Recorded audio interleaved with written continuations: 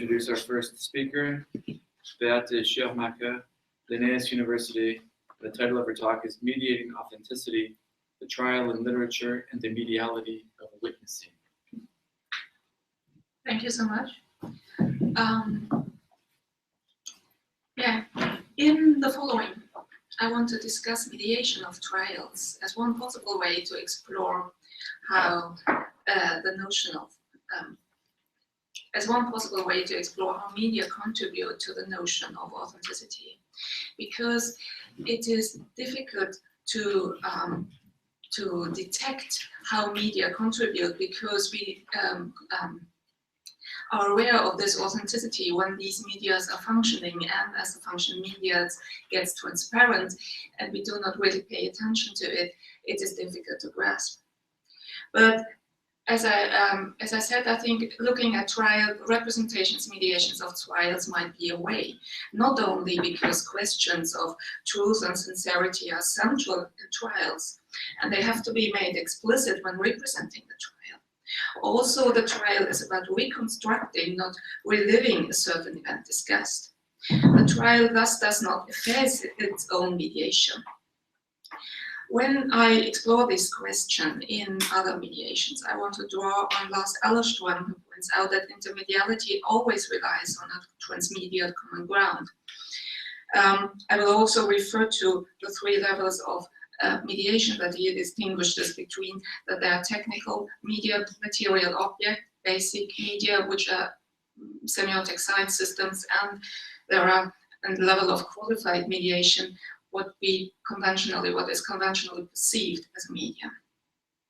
And intermediate references within one medium thus explicitly highlights the common ground that both media involved always already share, but which usually is perceived more central in the medium referred to.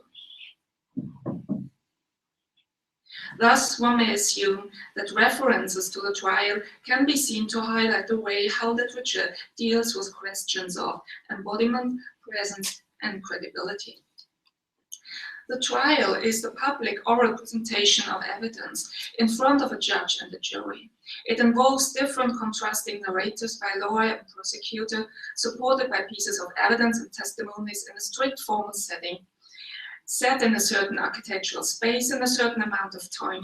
Co-presence of different parties is crucial, as is the use of the spoken and embodied language, involving a diversity of different technical media and semiotic science systems. The trial itself does not involve evaluation. That follows in the verdict based on the evidence presented in the trial.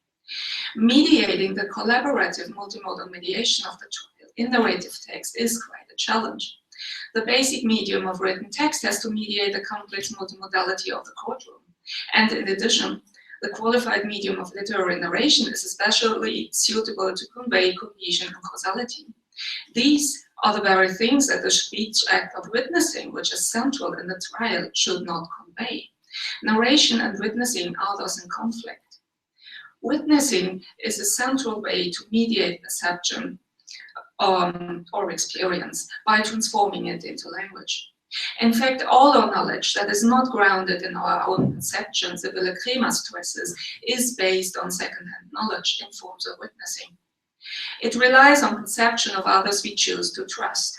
This trust is established either by the bodily basis of testimony, as Peters calls it, which might be body language, social status, but even closeness to pain and death, or by restriction of subjectivity, observing objectivity, compiling the observations of many, or relying on mechanical instruments. Witnessing thus affects narration, for narration connects a number of events by internal cohesion, in a way which is perceived as meaningful and which often involves causality and linearity. Narration also entails the narrator's subjective perspective on the events. In witnessing, however, subjective evaluation is to be restrained.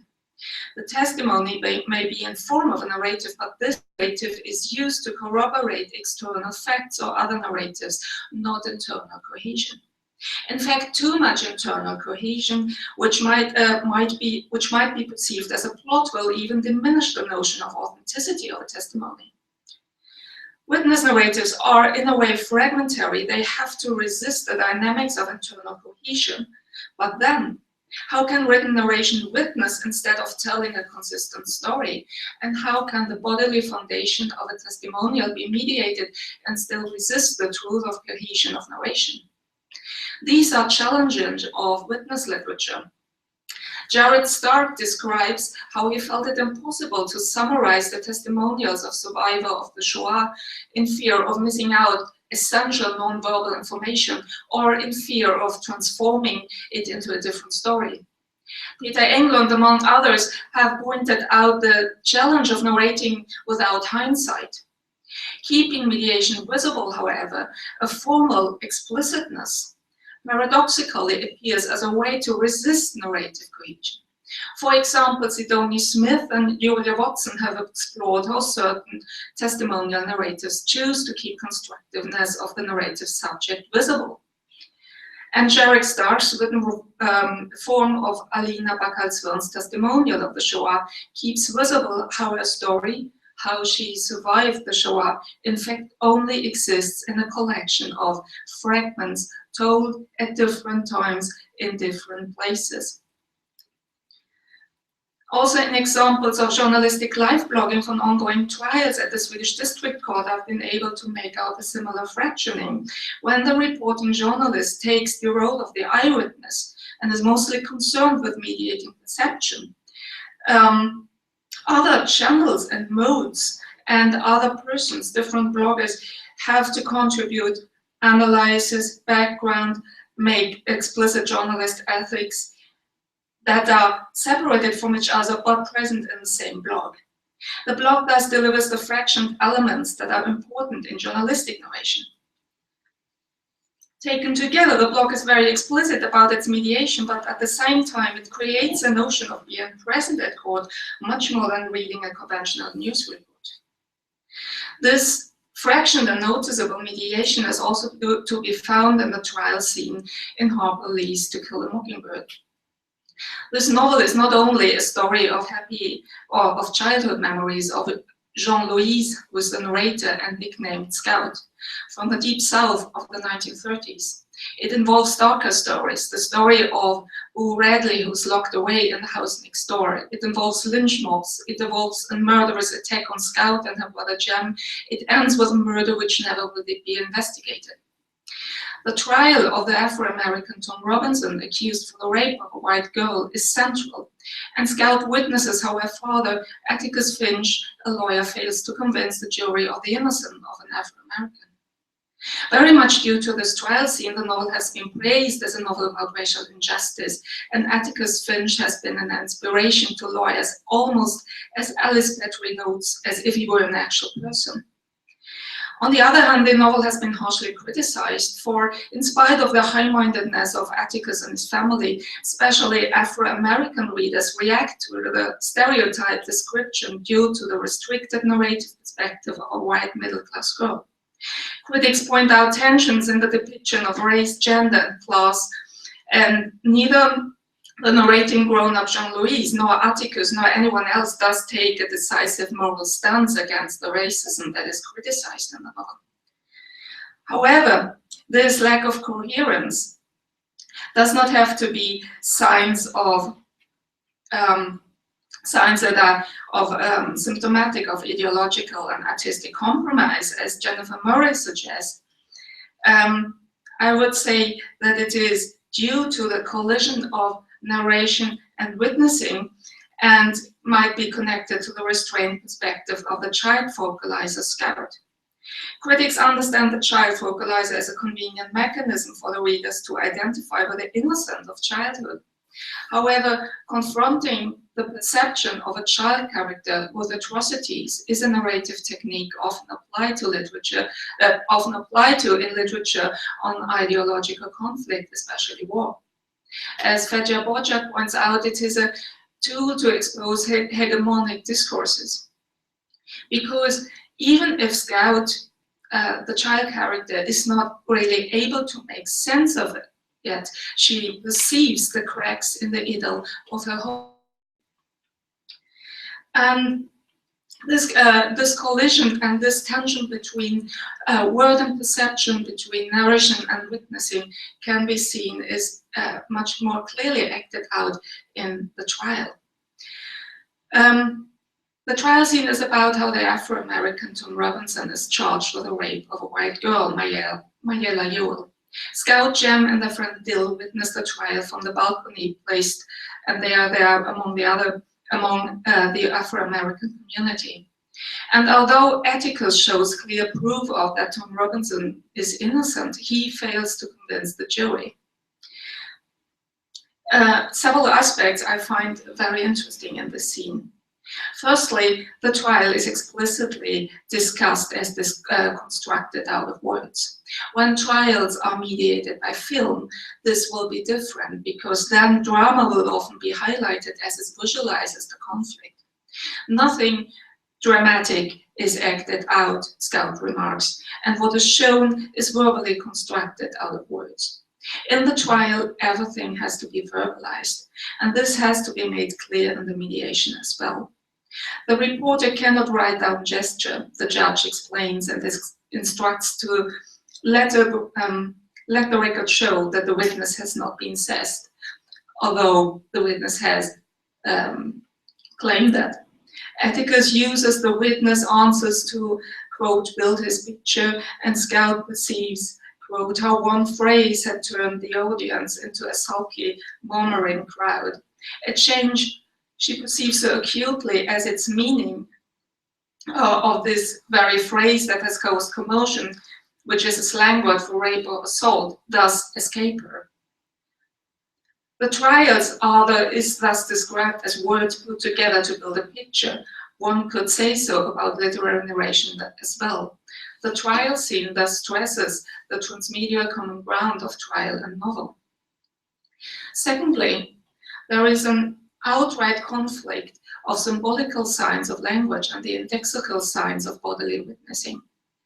Words in this trial, words constantly contradict their context and their perception. He's sassing me, Mayela cries out when Atticus is civil to her. I seen who done it, Bob Ewell states about the rape that really never took place. And when the sheriff has to clarify the position of Mayela's black eye, he consults his embodied memory. Quote, Mr. Tate pointed to an invisible person 5 inches in front of him and said it was her left, meaning it was her left eye that was black. Wait a minute, Sheriff, said Atticus. Was it her left facing you or her left looking at the same way you were? Mr. Tate said, oh, yes, that make it right. It was her right eye, Mr. Finch. Mr. Tate blinked again as if something had suddenly been made plain to him. It remains unsaid that the black eye on the right side implies that the punch with the left-hand fist. And when Mayela's father, Bob Ewell, is asked to write his name, the court learns by his very writing act of signing that he's left-handed. And finally, Tom Robinson's scribbled left arm makes it improbably that he punched Mayela, and makes it impossible for him to strangle her in the way, or try to strangle her in the way the prosecution has described. Thus, the trial is not only shown as a reconstruction of an event created out of words, as is the novel. These words are in this scene in constant conflict with a context which should vouch for them. Unlike many other fictive trials, this conflict is not solved, certainly not in the verdict, and also Atticus avoids in his plaidoyer to verbalize the racism he contests. Ironically, his words in the plaidoyer about that every man in our law is, or every man in this country is equal to the law, is uttered in a segregated room where the Afro-American public is confined to the balcony.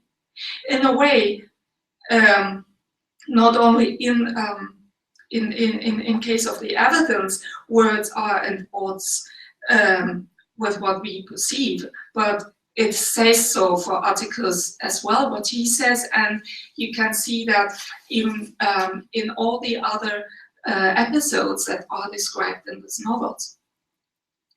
So it can be said that the trial explicitly acts out stages that the trial explicitly acts out the central non-verbalized conflict of the novel, that is under the happy childhood memories, but gets very explicit in this scene, but might be helped to explain the rest of the novel. Thirdly, the mediation of the trial favors perception. Even if the court and the jury favors word, the mediation of the trial by a scout, which we read, favors perception.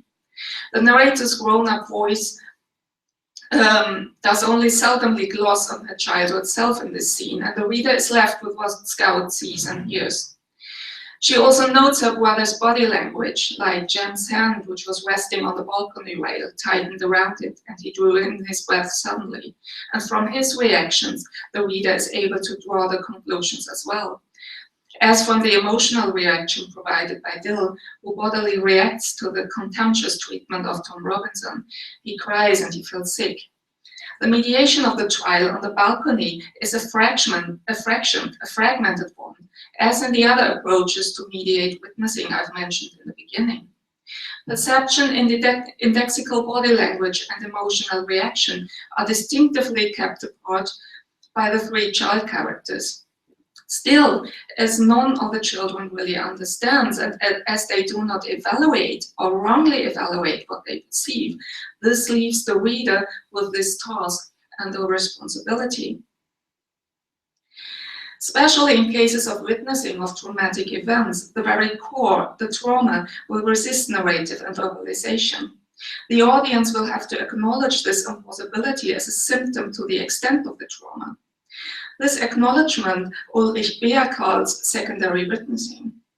Thus, the very point that Atticus is not able to explicitly address the racism contests, and that Scout is not able to explain why Tom Robinson is contemptuously treated without repeating the racist prejudice against him, namely by explaining to the distraught Dill that Tom Robinson, I quote, after all, is just an ego, that she can't explain it in another way than repeating the racism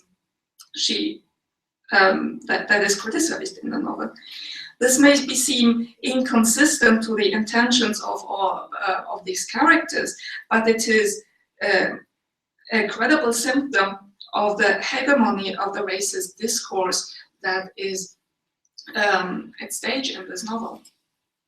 So, in the very same way, like Scout in the trial scene witnesses the jury to fail to act on the perceptual truth that is presented to him. In the same way, the reader witnesses characters and maybe even narrator of this novel fail to do the same. And instead of criticizing the narrator or the characters of lack of moral stance, one should take it as a symptom of what this novel bears witness to or what resists verbalization. In this scene, the reader gets especially involved, not in the trial itself, but the reader is participating in its mediation. This is a challenging task because as a jury and the courtroom, the reader might tend to smooth out the contradictions instead of acknowledging them and apply a narrative truth of cohesion instead of correspondence. To conclude, what I've been trying to show, even if I maybe only made you to witness some incoherent pieces of evidence that we can discuss later, is that the fractioned presentation of perception and the conflicting narrators without evaluation, which are typical of the trial, are mirrored in mediations of the trial, in that the same mediation of the trial is fractioned and conflicting in the way the trial is narrated. And you can see that, or I hope I have shown some of it on the in the scene from To Kill a Mockingbird. Because there the perception and the different symptomatic reaction by the child characters clearly keep several aspects that are central in literary narration separate. This formal explicitness, however, is not perceived as estrangement of a fremdung, but it is it pulls the reader in, not into the scene, but into the act of mediation by participating mediation. So the notion of authenticity then here is not only about mediation that effaces itself. This presentation suggests that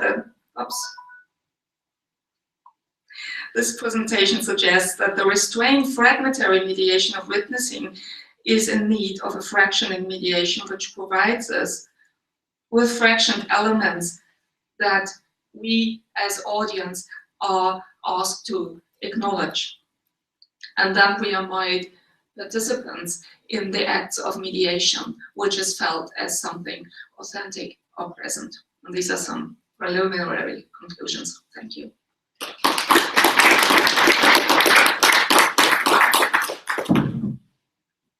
Okay, thank you for your talk. We have 10 minutes for questions or discussion, comments.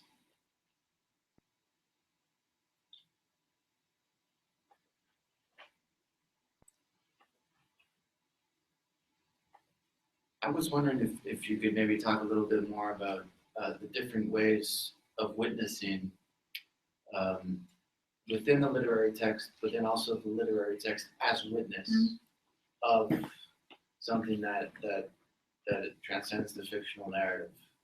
I'm not sure. I mean, if you could just come back to how the fragmentary nature of the way that the witness is presented within the narrative can be read outside of the narrative. Yeah. When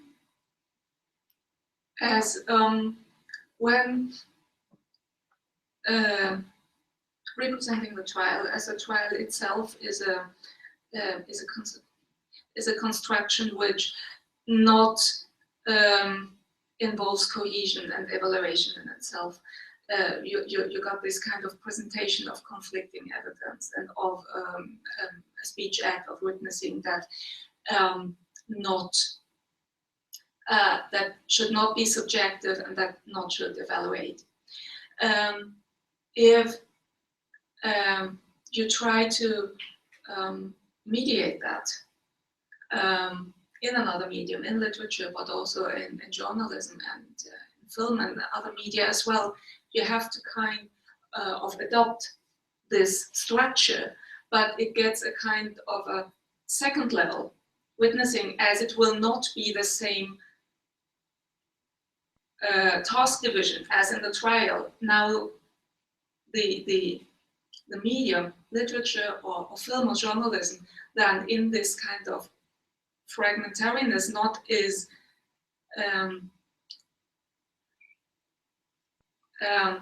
is considered with the question, how can literature or how can film be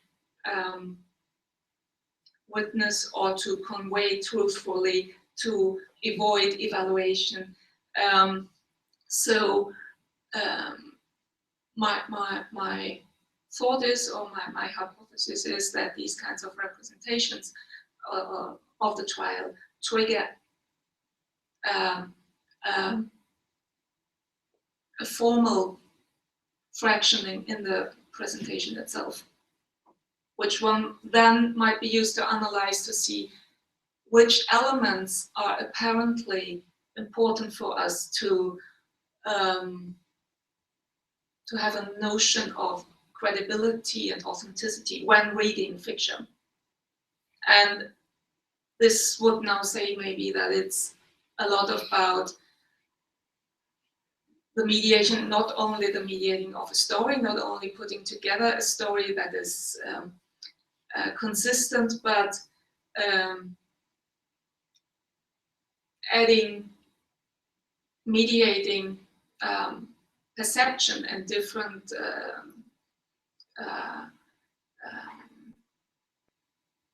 symptomatic and lexical signs that first have to be put together, that are not evaluated yet. Don't know if I made myself clearer now than in talk. Yeah, good question.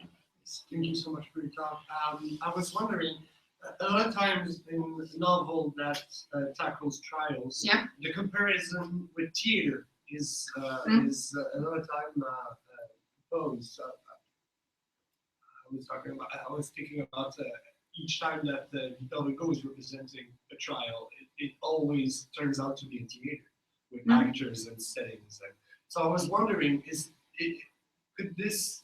I don't know actually if this applies to Kill a Mockingbird, but could this add to the feeling of remediation, to adding another media, another arts to this dynamics that you explained? That's a thing that is interesting when looking at this kind of representation of other media, intermediate references, because as you say, it does not have to look the same every time. And what struck me with this scene was exactly the way that this that it did not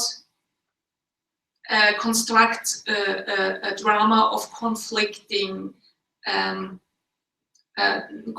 positions, which is often done, and also, I mean, has a lot of to do. It is another common ground between literary or even more dramatic genres and the trial that can be stressed more or less. But it is also something that is stressed, because if you go into an actual courtroom, you very often realize the lack of drama. That it is a strict and ritual room, but the conflict that is at hand is not acted out as dramatically as film and a lot of other mediations want us to believe. And what I found interesting was this scene is that it's not, again, conflicting to conflicting parties, to conflicting narratives, but it is the narration and the perception that are so completely at odds, and it is never commented on. This is only evident for everyone in the scene. Then at the same time, this can be seen as an underlying structure for the whole novel, and there it hasn't been stressed or discussed so much yet, or only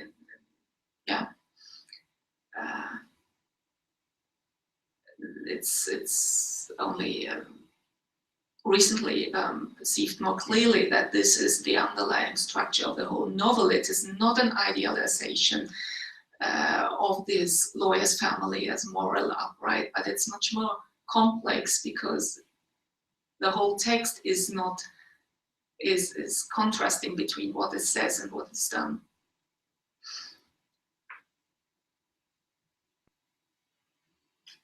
Any other questions? I have just a quick question, out of curiosity, just because I've read the novel so long ago. Is there a time when somebody in the novel is too clear or too coherent and that discredits them? Is there an actual, because I don't remember. That's an interesting question. We'll have to check that out. I would say now,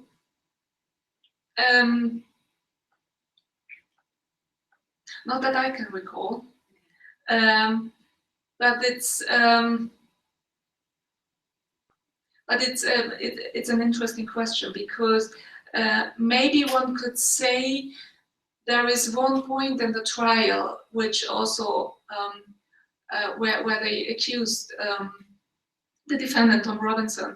He in his testimony, he says, why did it be? Because, as it turns out, it has been the father of his girl has beaten up the girl herself as a punishment, because she made sexual advances to this Afro-American worker, because she had no one else to go to. So and then they put the blame on Tom Robinson himself. and when he gets a question, but why did you go in the first place, go to this house? Why did you help her? Why did you get into the house? He said, he gives a kind of causal explanation, that because I felt sorry for her, which is something he gets punished for, because this is the thing none heard of, that an Afro-American should feel sorry for somebody who's white. So this is a relevant question. I'm not quite sure. I have to check out. There might be other moments as well where cohesion of these things that are not put together here are threatening. What is the smooth surface? Thank you. Okay, great. I guess my last question would be, which isn't a question, I guess it's a comment, because we have to get on to the next one. Have you read the sequel that came out a couple of years ago? Yeah. And does this contribute to, or does it? Yeah, because I find that's the complexity, right? That yeah. Finch is shown to be a little bit racist. Right? Yeah, because it's in the sequel, or what it, because it has been discussed as well. Is it a former draft? Is it a sequel? Was it thought to be a trilogy? And why didn't she continue?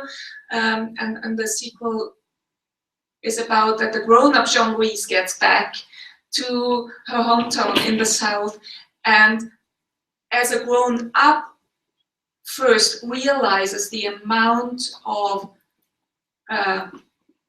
racism that was there all the time during her childhood, and she needs to reassess her childhood memories. She has to confront her father, and she's criticizing, she's taking this moral stance and re-evaluation that is not done in To Kill a Mockingbird, because there we've got a child perspective. And so Go Set a Watchman does all the things that some of the critics of To Kill a Mockingbird lack, but still is To Kill a Mockingbird deemed to be the better novel. Because you can see in Go Set a Watchman why it isn't published, because she really struggles with how should I both see the as a both write about the re-evaluation, about the moral implications, and at the same time show how hard it is to find hegemony, to fight or to take a stance against hegemonic discourse that you're not even aware of.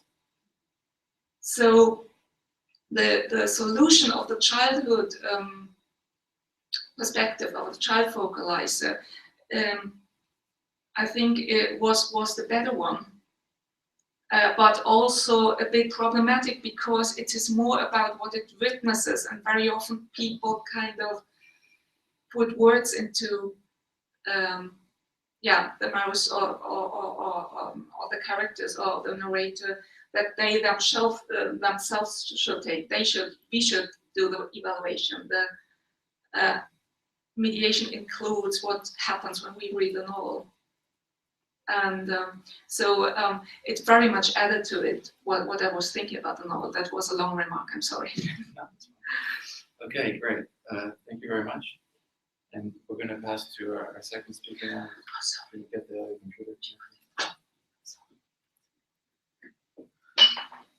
So our second speaker is Julia Shpinitskaya, pardon my pronunciation, University of Helsinki. And the title of her talk is Deconstructing Magic Realism of Andrei Tarkovsky, Sound Design and the Category of Irreal. Good afternoon, everybody. Can you hear me well? Okay, now it's better. Yeah, much better. So now we turn into a completely different field. I'm a musicologist, and I've been studying Andrei Tarkovsky's films from the point of view of sound design and music. With the films of the legendary filmmaker, one balances between a real and trial without being able to define the border between them. The key to the cinematic language is Tarkovsky's notion of the poetic logic, in which magic is understood as an alternative to representation of reality, present as an organic element of dreams, patterns of thinking, and mechanisms of memory. This view resulted in a paradoxical attempt to recreate an authentic feel of integrity of reality via the magic experience. While the two of his films, created in the 70s, Solaris and Stalker, relate to fantastic plots and indeed feature two worlds, the director meticulously avoided explicit declaration of the magic motive in his screen interpretations. Instead, he created a subtle dimension of the miraculous or mysterious that imperceptibly penetrates the everyday life, the poetry that breaks ordinary links between objects. Similar representations run through his other films, with no actual references to a real element suggested by the topics and plots. Striving for creation of realistic films, Tarkovsky required not music but a sound design.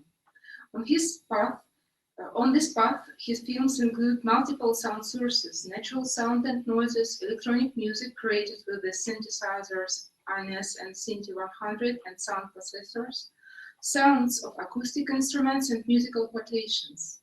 The category of extraordinary, above all, rests in the very nature of the sound body.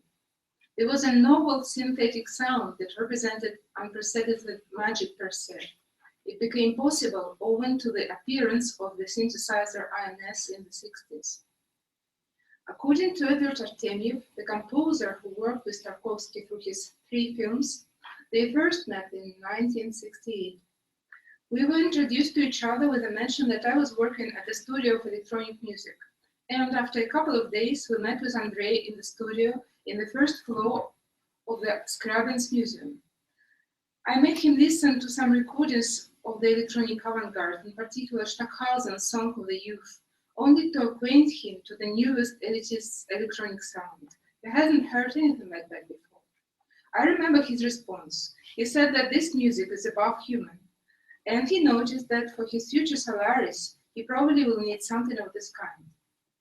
More than a year later, Tarkovsky sent to Artemiev the screenplay of Solaris, and they discussed music for the film. Artemiev recollects Tarkovsky saying, "I remember music that you showed to me a year ago. I think that something in this Irreal spirit suits me, because I do not need an ordinary film music. I cannot stand it and do my utmost in order to escape it. Only ambience, only organization of sound and noises." At the time of making Solaris, Artemiev was working with the INS synthesizer, which was a unique photoelectronic musical instrument created by the engineer Evgeny Mursin. The synthesizer was named INS after the name of Alexander Nikolaevich Scriabin, whose ideas of the color-coded music and expansion of temperament inspired Mursin. It took almost 20 years from a technical idea to the release of the first experimental model of the INS in 1958, and Mursin invited composers to explore the new instrument, first at the laboratory. The studio of electronic music opened only in 1966. One peculiarity of the device was the graphic representation of sound. There was so-called score, a glass panel painted with black mastic. A composer could draw on it freely by hand or by using a special keyboard with a coder to set pitch, duration, volume, and timbre. And there was a reading device that transformed the score into sound. The INS was based on the idea of the additive synthesis. The sound generator was a photo-optic device constructed with 5 glass discs, each with 144 soundtracks of pure tones. The discs rotated with different speed. That resulted in 720 pure tones covering all audible frequencies. In practice, working with the INS offered a new great potential. On the one hand, it made possible to create new timbres and to control the overtones and spectral structure of the sound. On the other hand, it gave an opportunity to work with microtones because Mursin sought to explain the tempering. He studied theoretical works of Władysław Jaworski, and in his construction, octave was divided into 72 parts, with the smallest units 1/6 of semitone. This allowed to experiment with creation of new artificial scales and also with use of any existing scale, for instance, Indian Shruti. Stanislav Krejci, a composer and engineer who joined the laboratory in 1961 and has been working with the INS since then, states that the mainstream of the experiments was search of new timbres, gradual transitions from one timbre to another, transitions from noise to accord, and other sound properties, which were hard to achieve with musical instruments but form part of the INS resources. Here I want to show you how Krejci demonstrated the sound of the INS.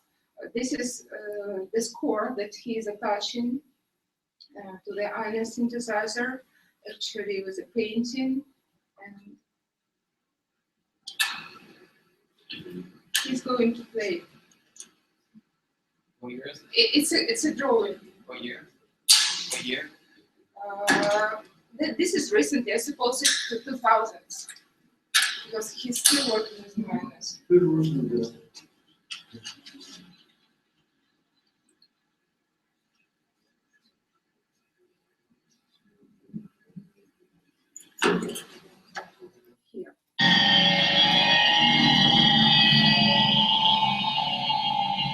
This is just a demonstration how the music can be played from a drawing, the audiographic sound.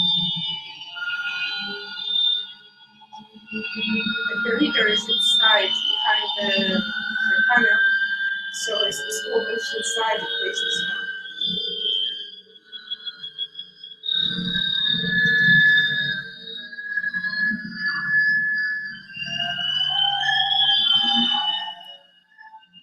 This is just to have an idea of how it worked.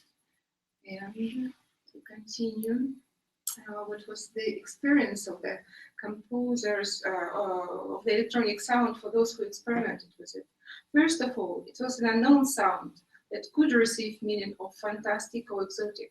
Artemiev said that electronic music was about emotions, and one of his first pieces written together with Krejci was music for a 10-minute motion picture Cosmos.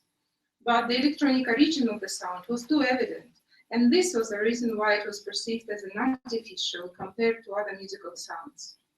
Schnittke, Gubaidulina, and Denisov were among the composers invited by Murzin. Denisov described the electronic sound as lifeless or dead, and spoke about difficulty of overcoming the effect. For his piece, Bird Singing, he found a solution in combination of natural sounds, recorded birds' voices, musical instrument, piano, and sound of the INS, and their transformation in order to cross the border between the sounds. Thus, the forest sounds were partially transformed in the electronic studio. The piano was prepared to imitate concrete sounds. Denisov mentioned that the sound of the INS was used very carefully in some soft clusters and color spots only. By use of the sound resources, the entire composition in reality represents concrete music rather than electronic. Similarly, Gubaidulina's work, Vivente non vivente, alive not alive, refers to the perception of the electronic sound as lifeless or artificial, a machine sound, as opposed to live sound. And similarly, natural and electronic sound sources were transformed to become closer and to mask the border between them. However, what seems lifeless in other contexts may create a different meaning, and the lifeless or inanimate becomes metaphorical description of other reality, as something unreal, not natural, not associated with nature, and different from the real experience. The unidentified sound, or sound with unknown source, suggests its belonging to an unknown world that can obtain a meaning of magic, enchanted, unexplained, or irreal. Solaris was the first experiment of the kind. The task was to find a sound that could describe the unknown, Solaris' ubiquitous mind, and to incorporate it into the film sound space. The sound was made with the INS synthesizer. It was new and literally unknown. It identified the unknown and it indicated the presence of the unknown. Given the fantastic context, the electronic sound was used quite openly.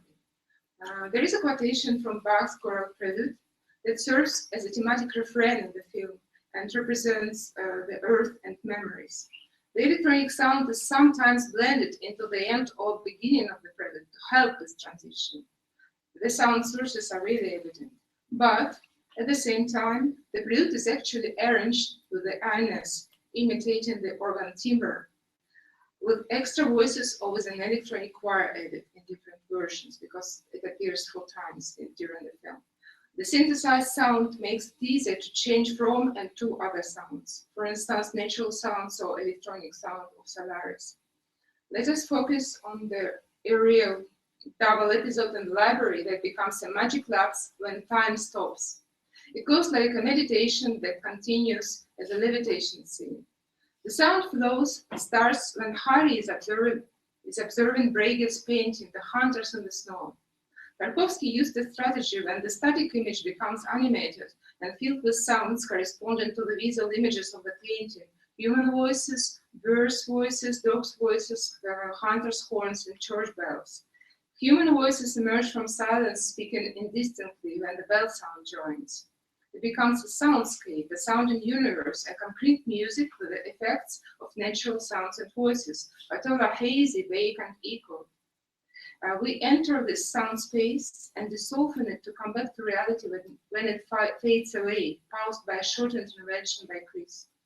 Then Bach starts a different episode. One doesn't pass into another. Nevertheless, the resounding of the Breagers serves as a prelude to the next mysterious scene of weightlessness and floating in the space. The sound of the chandelier becomes a signal of return to the miraculous, and by the end, an electronic voice mixed with the theme from Bach can be heard.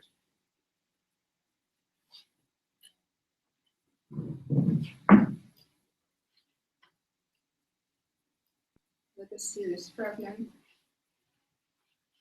starting from the Breagel.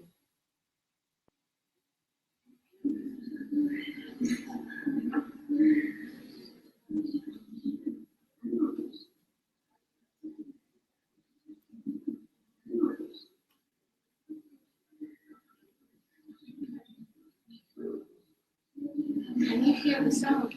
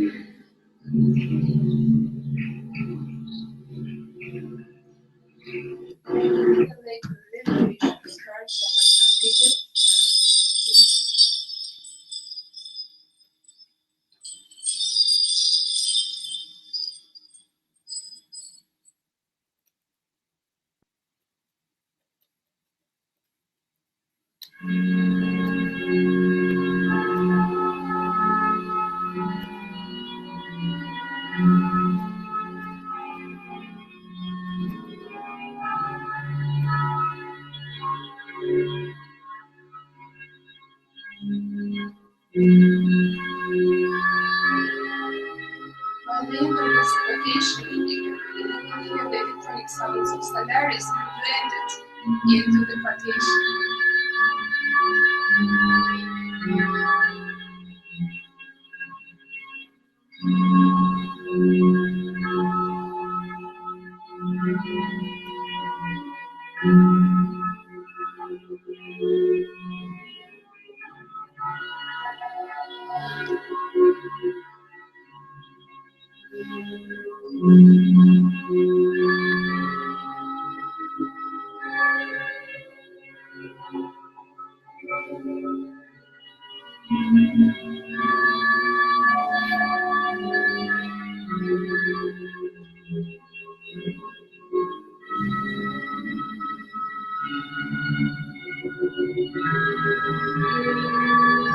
So the image of Solaris is appearing, and there is an electronic sound of Solaris.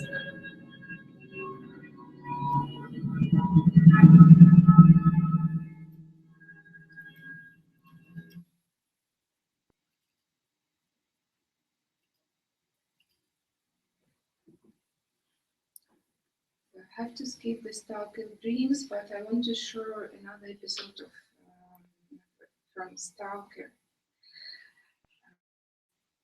Breaker's episode is an example of a familiar object becoming defamiliar and of contemplation becoming a meditation. The sound design is hypnotizing and it transfers the viewer into other reality.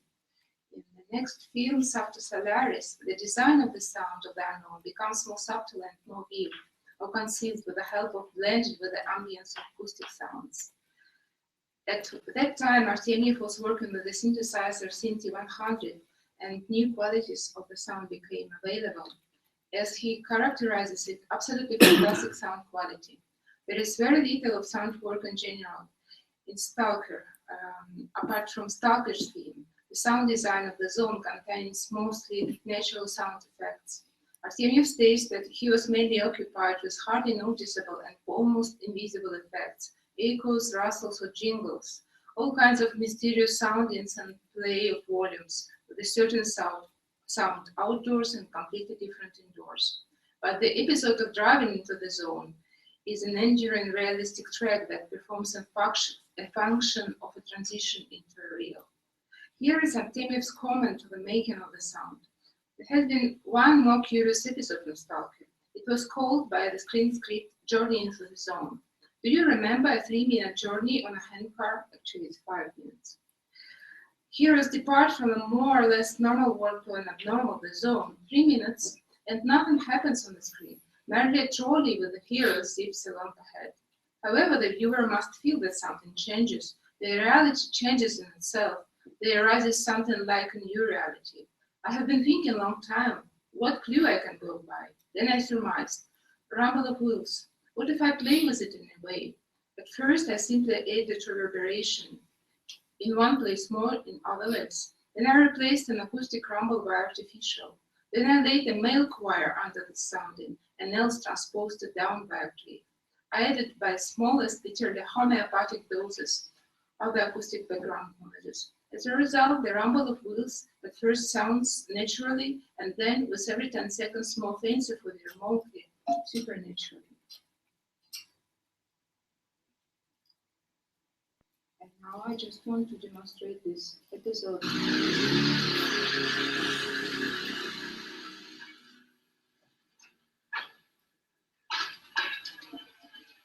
Они нас не догонят. Да что?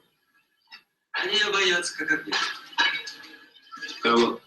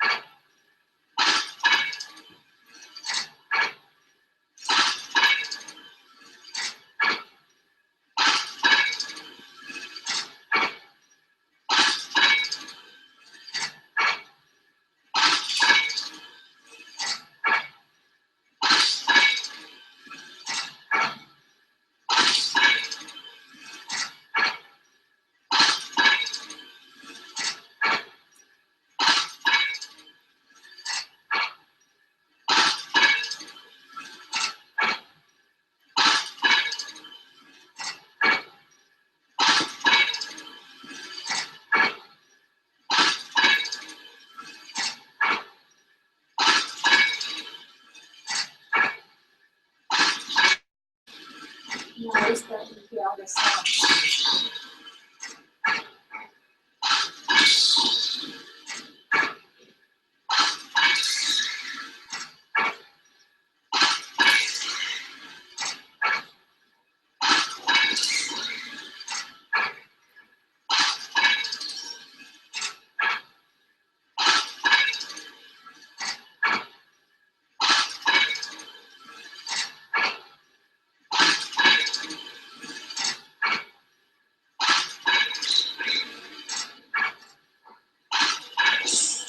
Now this is a sort of modulation because the wheels becoming hardly heard, hardly noticeable, and the other sounds come most distant.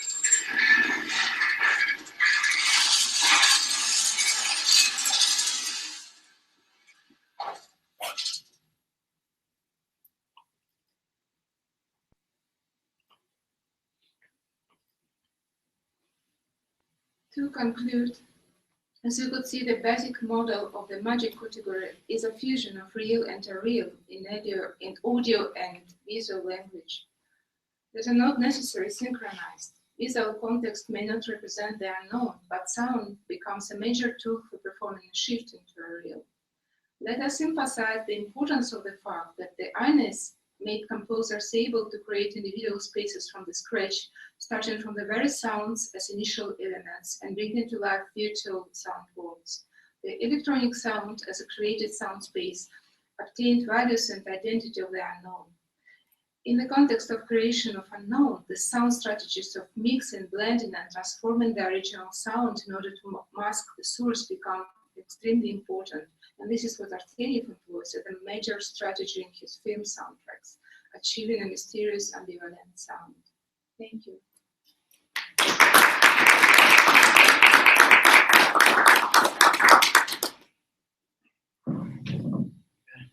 Thank you very much for your talk, Julia. We have time for questions or comments.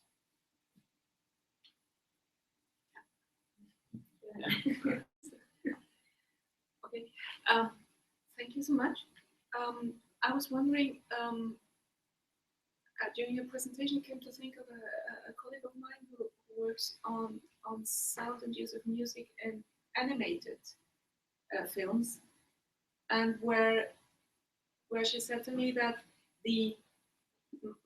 as everything is not filmed, it is either drawn or computer animated, the sound, adding sound to it adds a kind of artificial indexicality. By adding the sound we know from our surrounding, like the soundtrack of that we see drawn trees, but we hear the rustle of trees, adds a kind of fake indexicality that it's alive. The sound is important in these animating films to not only keep it moving, but make it feel alive. Now, I was reminded of that because there is this artificial sound in order to make something, to make the unknown alive, to add a kind of artificial indexicality to that something really is unknown. Could that make sense? If I understood you correctly, you're talking about the last examples, or maybe both. So the use of artificial music in order to make the unknown feel more real. Well, I would say that Artseniev used the strategy of resounding. I don't know if that is a correct word, because what they did, they removed the sounds that had to be there, that corresponded to their real sound sources on screen, but they replaced it with something else. In this case, with the sound of the synthesizers, and with something that was made with sound processors or mixing tables or mixed kind of sound. So it's a replacement or a substitution, and that's probably what makes us feel that is something irreal, because like now in the last examples, yes, this is a sound of wheels, but it is getting replaced by supernatural, something that sounds more and more irreal. And in the first examples was the natural sounds that actually sound more like a concrete music than not really electronic, and we see that they are voices, but at the same time they're not real. They're not what we would heard originally, if they would be people or birds, dogs. If that is an answer to a question.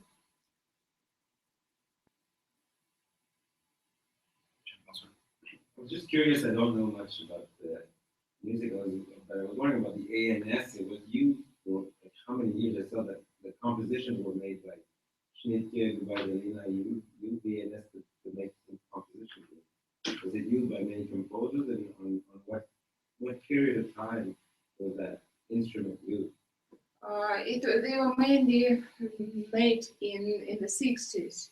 Actually, the studio of electronic Murzin invited composers to experiment with the INS in the 60s. The laboratory, the studio of electronic music was opened in 1966, and Murzin died in 1970. And soon after that, the studio was closed for political, ideological reasons, because the new director was not so diplomatic person as Murzin, and so they couldn't keep it. The instrument still was kept, and time by time experiments, but then in '74 there appeared Synthi 100 that was bought. There is a little bit surreal story because there was an exhibition where Synthi 100 was presented. It was produced in England by an engineer with Russian roots, and it was brought to Moscow for an exhibition. So their composers saw it, and they organized a delegation to Shostakovich. And they wrote a letter asking to purchase the instruments. So Shostakovich had a word, I suppose, with the Minister of Culture. So, and then Synthi appeared, and it was another sound quality, fantastic sound, as Artemiev described it. So we were experimenting with Synthi. And actually, the pieces that they recorded in the studio in the 60s, they were released on an LP only in the 90s, in 91. There's still some functioning ANS. It is now in Linneaus Museum in Moscow, and before it was in Moscow Conservatory. I know that CRIalt, at least until recent times, has been still working with the ANS. There is a 2-hour seminar on YouTube. I showed this fragment. Yes, from the CRIalt was demonstrating the ANS. Yes. Yes, well, thanks for this really nice intervention and for screening that sequence, the levitation sequence. I was struck by the fact that Artemiev and Tarkovsky were working on this project to soundtrack Solaris for some time, and Artemiev did some research, and after some sessions, he was instructed by Tarkovsky to basically curate a soundtrack of original Bach compositions, because to him that was like one of the biggest composers, if not the greatest composers of history, and which then led Artemiev to search sounds or noises that sound spiritual, and which led to this blending of electronic treatments and the recordings of classical pieces. So I was wondering why Bach, and like according to you, because like already when seeing Andrei Rublev, I kind of have the sense that there's a metaphysical quality to Tarkovsky's visual language, in the sense where we touch upon something that transcends normal human experience. And I think that Bach, and especially the spiritual chants, which are very inhabited, have this kind of ability to produce this metaphysical quality. Would you concur? So the question is why Bach? Yeah. I think it was, first of all, a very special composer for Tarkovsky, although, and I have written about this previously, he has been using quotations almost in every film, starting from Solaris and in Mirror the Real World. in every film up to his last, The Sacrifice. Solaris was the first experiment of this kind. Why Bach? Because I think that Bach represents, in this film, it represents Earth and human memories, and also it speaks about the spiritual aspect, because all Tarkovsky's films are related to the spiritual aspect and about relationship between the man and the sacred. Also, Bach's prelude is religious music. Although he used other religious sources in next films, but he quoted also Bach again. And about this question, why that Artemiev had to adjust the electronic sound and to create Bach with the electronic sound and adjust it to other electronic sounding. It wasn't completely new to him, because when he started with the INS in the border of 60s, in the turn of 60s, first thing he did, he arranged his own preludes with the INS. But Mosin insisted that he wanted to hear something new and it should be searched for new sound. So then they worked with CRIalt on this cosmic sound for the motion picture, Cosmos. But in fact, also in the 60s, Soviet composers made arrangements and they were recordings of the classical music, especially Debussy, but also Bach, with an INS, searching for the sound. And I would say that in many cases, it represented exactly the organ timbre. So they synthesized it. So it wasn't really new for Artemiev. Okay, great. Thank you very much. We're going to pass to our third and final speaker. Oh, yeah, can I get the connection? Okay, so Okay. oh, sorry. Okay, we'll do that. Okay. Okay, while Izabela's connecting, I'm just going to present her quickly. Izabela Potapowicz at the CRIalt and soon at the University of Indiana. And the title of her talk is The Druckfrisch Interview, or the Staging of the Author's Hypermediated Authentic Self. Yeah.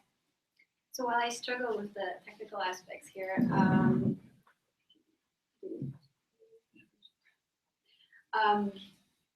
I'm going to tell you that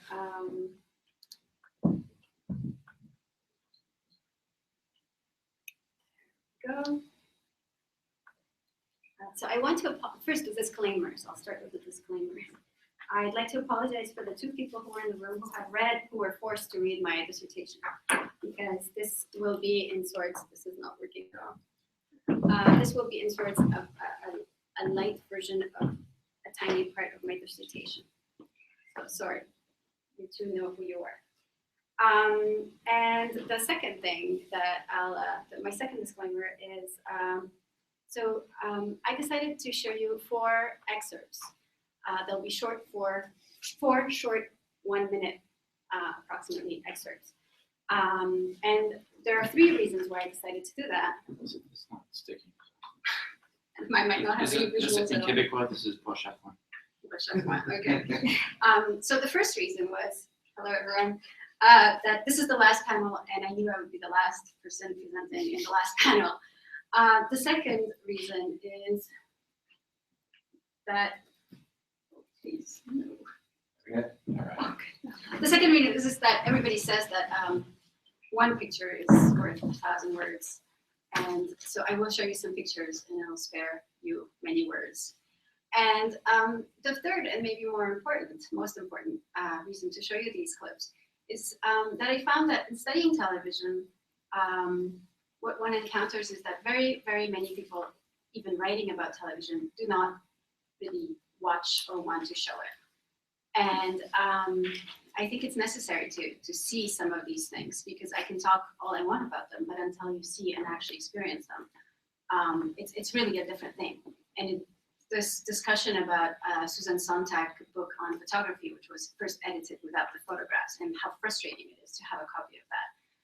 I felt there's an analogy to be made with television. And so writing my thesis, that was one of the obvious barriers, because I had to describe everything, and I could put some static images, but obviously it's not the same thing. So I'm going to show you a bunch of things. So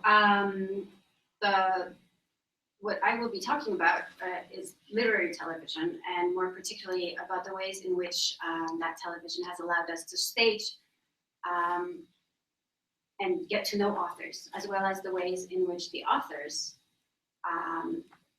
have used television consciously in order to present themselves and to broadcast a carefully structured, constructed image of themselves to a larger public.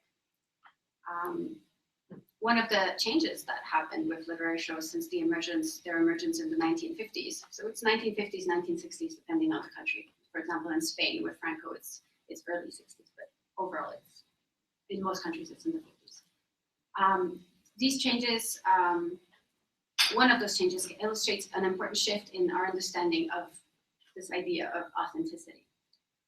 So when filming literary interviews in the 1950s and 60s, producers initially wanted to create a seamless environment in which authors could deliver a thought out or truthful portrayal of their own selves.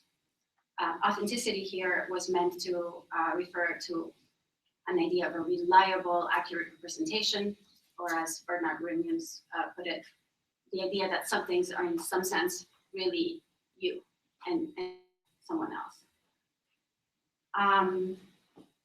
And so for that, they showed the authors in a studio decorated in a way to echo familiar places. This is maybe the second wave of these studios.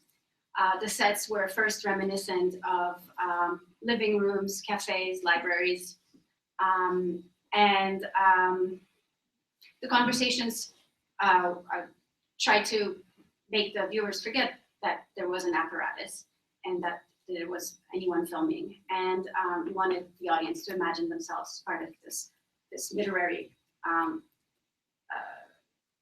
conversation. And you're very familiar with this general aesthetic, right? People sitting around a table, people sitting around, on couches around the living room, or two people sitting in the library. It's basically that. So during this era, the authors often resorted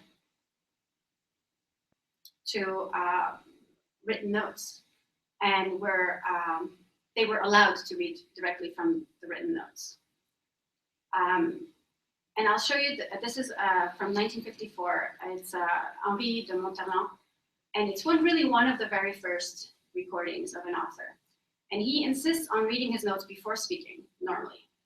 He says, before speaking normally, I will read my notes. And so I will show you this clip, and what, show the clip.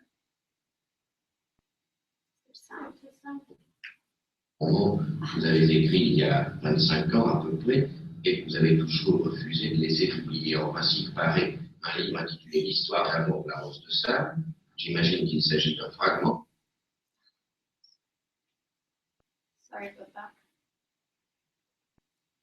So since it stopped already, you'll note that we very clearly, we see the interviewer, but very, very early he disappears, and for the rest of the interview, we just hear his voice, which is one of the aspects of this kind of interview. Environ 500 pages.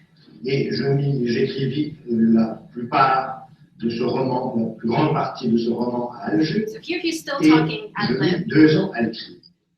Et ici, je vais vous demander de me référer, je suis un écrivain, je suis l'homme de la chose écrite, et je préfère jeter quelques coups d'œil sur les notes de façon à vous dire une chose absolument précise. Ensuite, je parlerai plus naturellement, mais je préfère vous dire d'abord des choses exactes, c'est-à-dire jeter un coup d'œil sur des notes. Je vous dirai donc que les raisons pour lesquelles, pour moi, And so after this, he just speaks and speaks and speaks. Okay. Interviewed in May of the same year, 1954, on the same show, Lecture pour tous, Paul Claudel reflects openly about his participation on the show. And once again, he's really one of the very, very first authors to be invited. And he seems very aware that the recording will allow him to leave a trace of himself that previous generations of writers were unable to do. And he's very aware that it's this image of his living person, talking person, moving person that will matter more than anything that he will actually say. Nous avons déjà parlé de Paul Claudel dans cette émission. I'll just skip a little bit. Si vous le voulez bien, nous allons interroger Claudel sur ces deux sujets, évoquer avec lui quelques-uns de ses souvenirs, et pour cela, nous allons lui rendre visite chez lui. So this is another interesting aspect. It's in his own house. À mes souvenirs, peut-être que question à mes souvenirs oraux que vous faites appel, c'est à ma personne physique. Et je ne puis pas vous en blâmer. Autrefois, on attendait la mort de l'écrivain pour interroger les témoins de sa vie. Mais il n'y a pas de meilleur témoin que lui-même. Et vous faites bien de venir dès maintenant parce qu'un peu plus tard, il serait trop tard. And he's quite serious. He dies I think this is in May, he dies in December or something like that. So it really, they had the good timing. And so, Claudel is very conscious that that he is leaving a trace of his physical presence as captured by the cameras. And he's he's not particularly focused on controlling his image or controlling his words, right? He's not trying to read. And notice that the camera was also showing him as a person, showing his hands trembling and so on. And this maybe relates to our conversation yesterday during Aaron's presentation, in which he was wondering whether the physical presence can be dissociated and if it's any help to understand the actual message, or if the message could just be visual, written, and if it would be the same. So these people would disagree. Perhaps the most famous example of an author who insisted to control completely his message at the risk of straining the audience's patience, was Nabokov, who always demanded to be provided with the questions in advance, and who would he would prepare these little note cards to be read. And when he was young, he would do this very comfortably, and no one really noticed because the television was black and white and the sets were small, and he was still very good at it.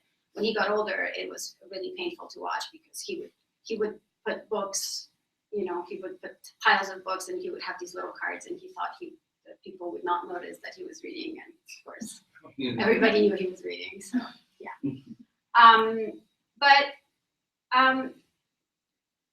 this is also not specific just to the 1950s. In 1980, Leclerc basically echoed the same idea that the written word does not allow for accident, and so he can really portray himself as what he wants to be remembered by through writing and not through just an interview. So the audiences, just like the participants, become more and more aware of how this medium works, and they learn to deconstruct it just as most of us do when we watch television.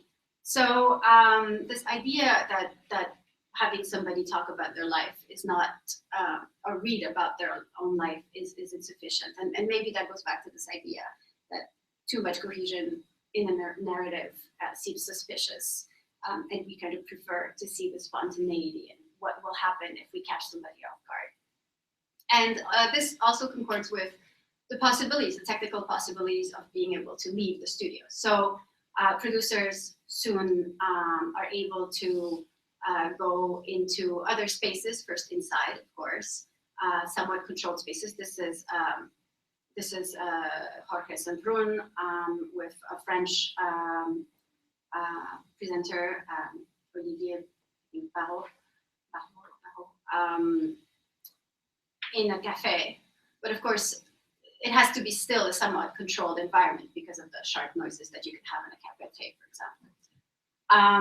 But what is important here is that the truth that the producers seek, or that the authors seek to present of themselves, now starts we start to focus on other things.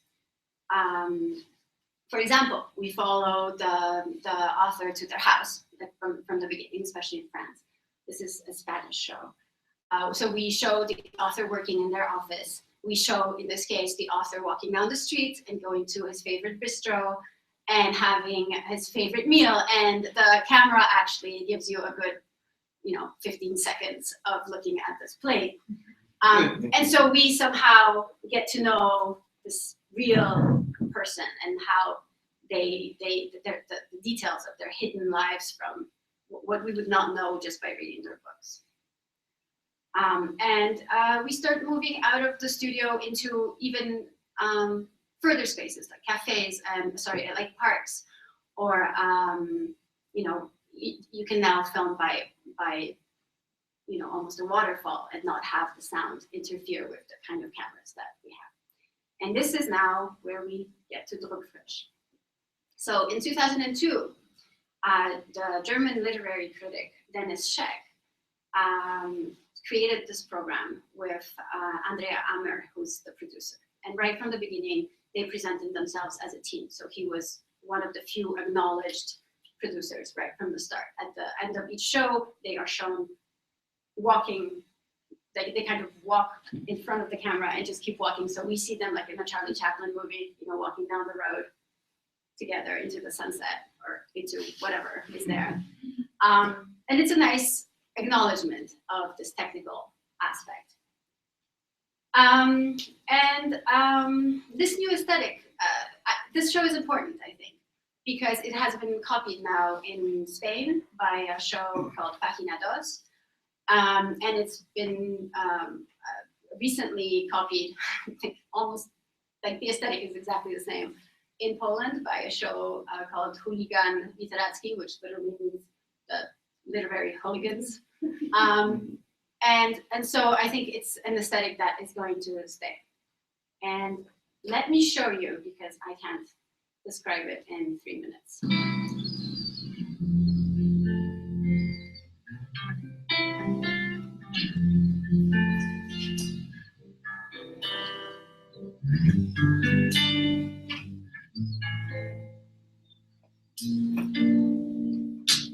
You said this is a pun on the title, which is called Off the Press.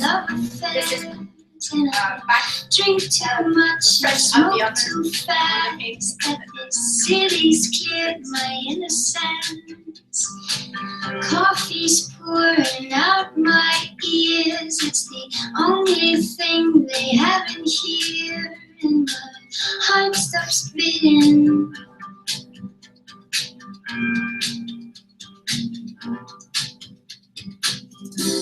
Von der Liebe der 18-jährigen Füßhunde und des 30-jährigen Kemal und von der Gefahr, den einen entscheidenden Moment im Leben zu verpassen.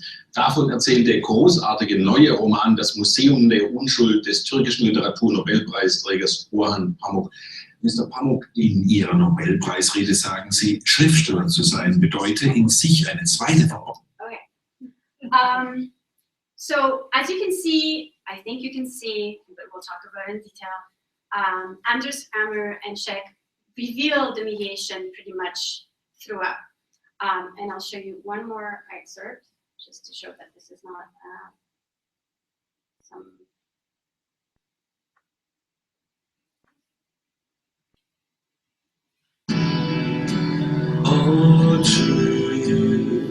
So Scheck always wears a suit, no matter what happens. So I'll just talk over this a bit, sorry. You know this is the use of music, the fragmentation, the over aesthetics, sorry. This is so beautiful.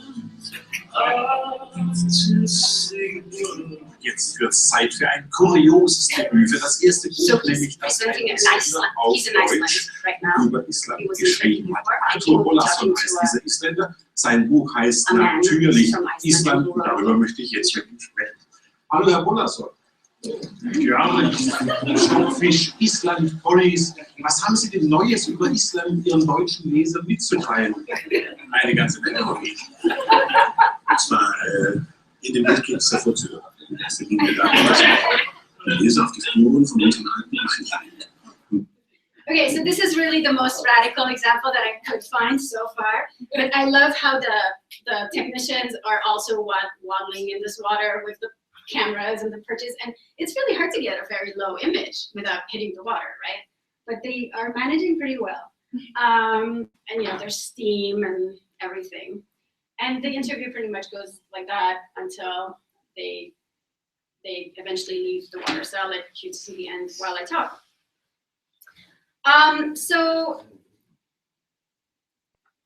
The guests, as you can see, the guests actively participate in this playful, often ironic mise en scène. After all, it's quite rare that a writer will spontaneously present himself for a TV interview in his swimming trunks or ask a reporter to meet him at his favorite swimming hole. And it's equally amusing to see the filming crew, you know, do their thing. And just so you know, 3 years later, this same author it reappears, and he's sitting up. He's wearing a parka, and he's standing on the Icelandic cliffs. There's a chasm in between him and you know, it's a dangerous place to be, really. Him and Shek, and they do the interview that way. So they're not always naked. And so as I think that these two examples speak for themselves. We do not escape the mediation. Emmer and Shek constantly reveal it by showing, here we might have not seen it, but things that happen outside of the interview. So here we saw Arfan Pamuk taking selfies of himself, which give us the semblance of seeing something that is not in the interview. So like his true self, he seems very happy and impressed to be up there and so on. We see the filming equipment pretty much at each episode. Sometimes we see Shek telling the guests, okay, you'll come in this way and I'll be going here. Often we see the guests reacting either before or after the interview going, how do you think I did? Was that okay? You know, do you think that'll be enough? And so on. So that in terms of the authenticity, the viewers are always reminded of the apparatus by emphasizing the ways in which the authors are set up and prepped for the interviews, and this use of montage, this constant montage, almost MTV style, the use of irony, poetic imagery, and this emphasis on the show and the real life. And at the same time, these same devices are also meant to help communicate the real or the authentic to the viewers. So it's in some ways a contradiction, or as Philippe would say, it's not a contradiction at all. I think it's an excellent example of the way hypermediacy uses this type of fragmentation and you know, it's my last paragraph. He's gonna whack me with that thing. And the interface used to mediate our encounters with these authors. And so, although the hypermediatization is meant to defy the accepted ideology that equates liveness and authenticity with media transparency, you know, it seems like a paradox. However, these aesthetics create a clever mise en scène, mise en abîme, at this distance, privileging performance, fragmentation, heterogeneity. And I really do believe that these two examples, or this large example, helps to illustrate this shift from the idea of apparent transparency towards one that considers the historicity and the manufactured aspects of the medium, which are incorporated into the show and are playfully shared with every viewer, expecting the viewer to engage with it on that very level. Thank you.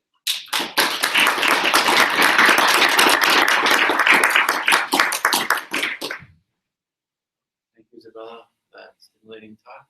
We have time for questions, comments. Yes. I just want to share, just to throw in your direction, three different set of references. You're aware of Tamara Chapman's book? Yes. Yes, so the philosopher on the television. On the screen, yes. And you've seen the interaction between Derrida and the crew of cameramen in, I think the film is just called the Derrida, it's the 2002. No. Derrida is very, he's not angry, but he says, how can you expect to have an interview with me while I'm looking at a big spotlight and a guy with a big camera? And so he tries to, of course it's Derrida, so he tries to incorporate everything inside the interview, the fact that it's all fake. Maybe you could take a look at it. I'll look it up. An author who was very more contemporary than Bachelard, etc. David Foster. I was here a few weeks ago for the Invention littéraire des médias, the colloque. David Foster Wallace. He wrote a lot about what's left of truth when media and spectacle have taken over everything after the bar, etc.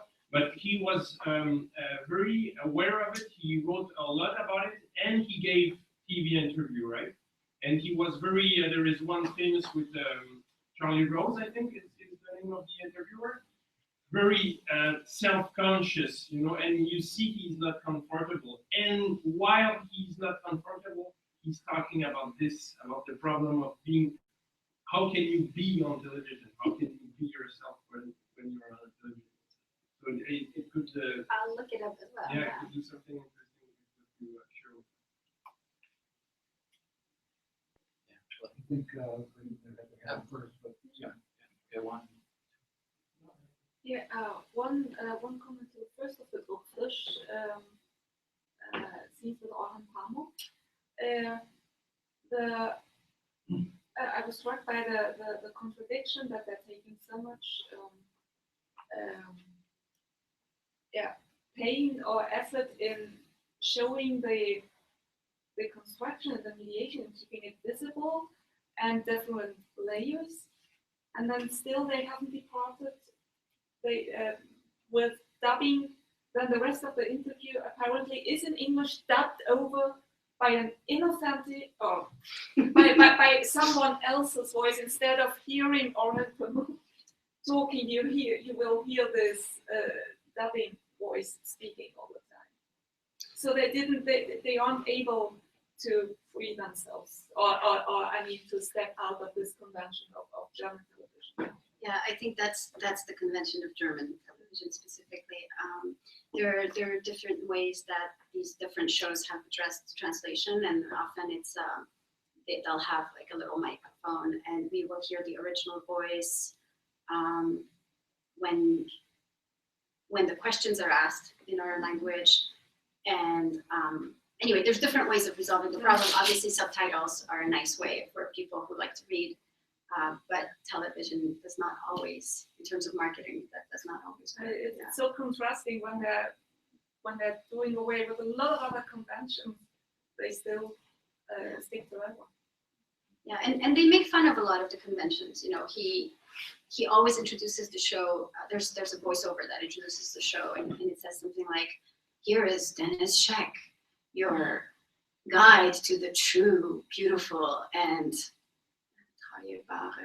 something." Anyway, but it's obviously this ironic voice, and it's every time. And when he talks, he does a segment where he recommends readings, and he always say, "Vertraue mir, ich weiß, was ich tue," which means, "Trust me, I know what I'm doing." And it's a direct quote from that 1980s show, something Hammer, help me out. It's a character who's always getting into adventures, and he always says, "Trust me, I know what I'm doing," right before, you know, jumping off a cliff and hurting himself, or, you know, setting off an explosion, or doing something that is terrible.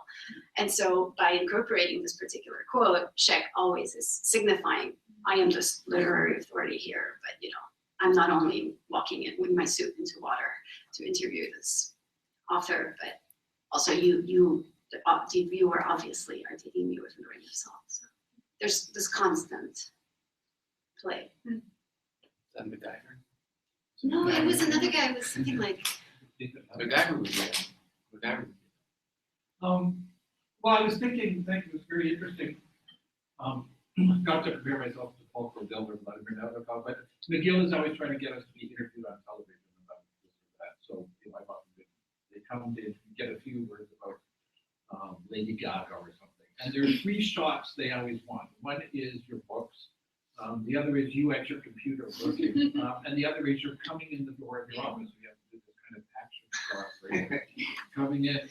But it's clear, and I mean, the opposite of authenticity, they want the institution to be speaking rather than some nameless professor. This also, in the French shows at least, it's been linked, and that's the point. One of the points I make in my thesis is that there's this tradition of writing about visiting authors. So it's called La Visite chez le Grand Écrivain. And these were books about people visiting big names, and so they describe, how they were greeted, what the, house entry, what the door looked like, if there was a servant or whatever, if there were dogs, and they describe everything, including their conversation. And so you can make that link that all these shows that show you the interior of the author's house kind of play on that long tradition of visiting and wanting to know more about the actual life of the author, whose life we know nothing about when we read the book. Thank you for very fascinating talk, describing what is an author in a very interesting historical development.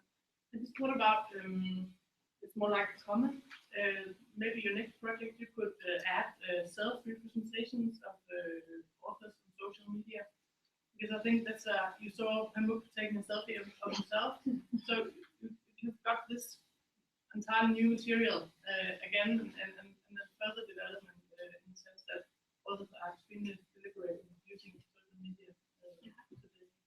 Yeah. Thank you. It is really interesting. I find that when you start really looking at these shows, and actually I'm really looking at them, there are so many things that, so many directions the projects could take. Right now, it's taken me in the direction of looking at the readers that are invited on some of these shows in France in the 1970s, women readers, and not only, but mainly women readers were invited on these shows, and sometimes there was the author, and the women would read the book and then discuss the book with the author. And they were usually presented as kind of in an ethnographic way. So they were, Madame so-and-so from such and such place in France with so many children doing this kind of job, and there's Madame so-and-so other who has this many children and spends this many hours reading per week or reads this many books per month. And so it really was this catalog, and the show lasted for 15 years. So there's a lot of ladies that were invited because it was like at least 2, usually 3 or 4 per week, per session. There were 2 sessions per month. So that's where it's taken me right now. And that's just, it's one show, but it's a lot of material. So, but somebody else wants to talk about the selfies. That would be really cool.